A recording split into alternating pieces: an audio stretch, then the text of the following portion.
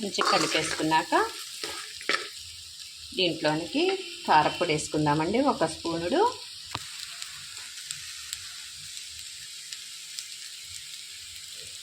స్పూనుడు సరిపోయిద్దండి. ఇందులోనికి 1/2 table spoon ధనియాల powder,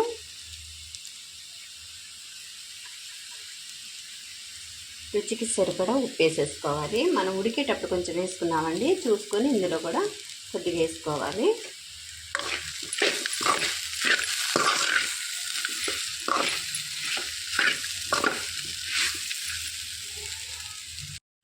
ఇందులోనికి 1/2 table spoon garam masala పొడి వేసుకోవాలి.